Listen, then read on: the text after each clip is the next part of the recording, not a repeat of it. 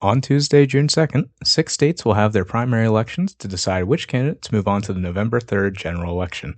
Welcome to the 21st episode in our series analyzing the 2026 congressional primary elections for all 50 U.S. states.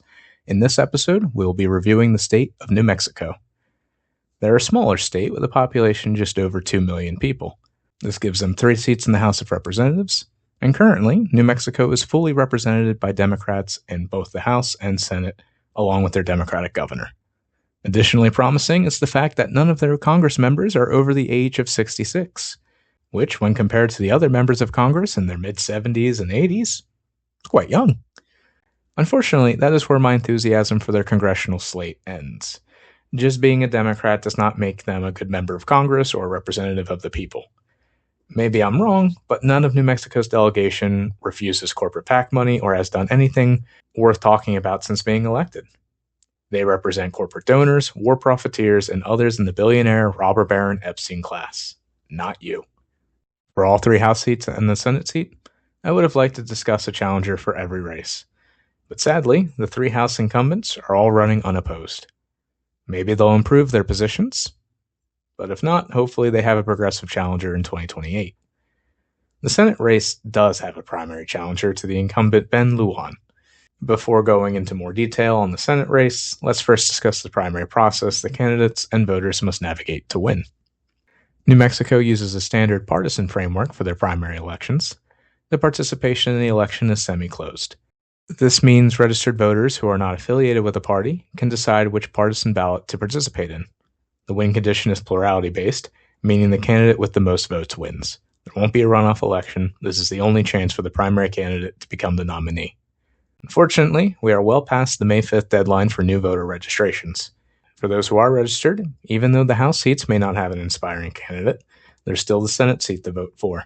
And there's also local and state level races that may be occurring. Voting is important. Allow this video to be a component of your political research, not the totality of it. When I look for congressional candidates to spotlight, these are the policies I look for on their campaign web pages. If a candidate doesn't have a policy page or any social media presence, that's the first and final red flag, and I move on to the next candidate to research. On the other hand, any candidate who does have a decent policy page and has been endorsed by any one of the 10 groups listed here will be considered for approval. When candidates speak only about how they aren't Donald Trump or not a Republican, it's not a campaign message. Millions of Americans, myself included, are tired of this political non-answer. Saying vague platitudes and cliches, as so often said by spineless and corrupt Democrats, is also unacceptable. One example to pay attention to is the language candidates use around healthcare. Vague statements like "I support healthcare" with no other supporting details is not acceptable. Do they support fixing the system by implementing Medicare for all?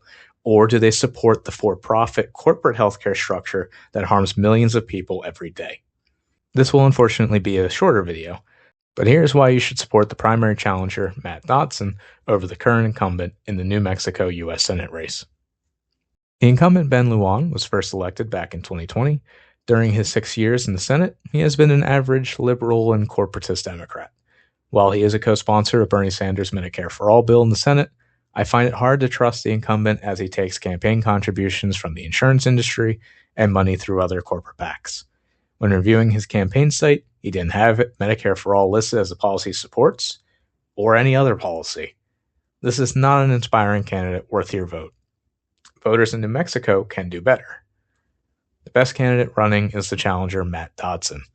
While he doesn't have any endorsements from the trusted groups at this moment, his policy page lends me to believe this candidate will represent your best interests. I would recommend you visit his campaign page to learn more about all of his policies, but here are the important ones which align with the policies I listed earlier. Under the group Economic Justice and Workers' Rights, Matt supports a $22 minimum wage and a universal basic income program of $1,000 per month to every American adult, among many other good policies in this group.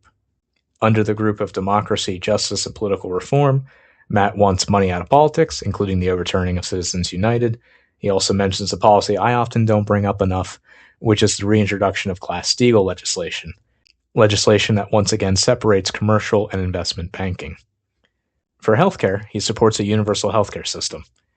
Whether he means a full socialized system like the NHS in the UK, or a single-payer health insurance program like Medicare for All, I'm not sure, but I would be happy to support either. He also supports the components of a Green New Deal and human rights such as eliminating and prosecuting ICE and ending the United States' support for war crimes, genocide, and regime change. Yes, his policy page is fantastic, but a good policy page alone does not make a winning campaign. Winning against an incumbent with millions of dollars on hand will not be easy and requires countless hours meeting with voters in their communities. I don't know if that is the type of campaign Matt Dodson is running.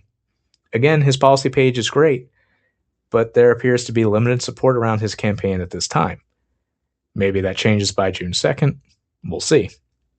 And that will be all for this episode. Matt Dodson is the secular lefty-approved candidate for the New Mexico U.S. Senate race.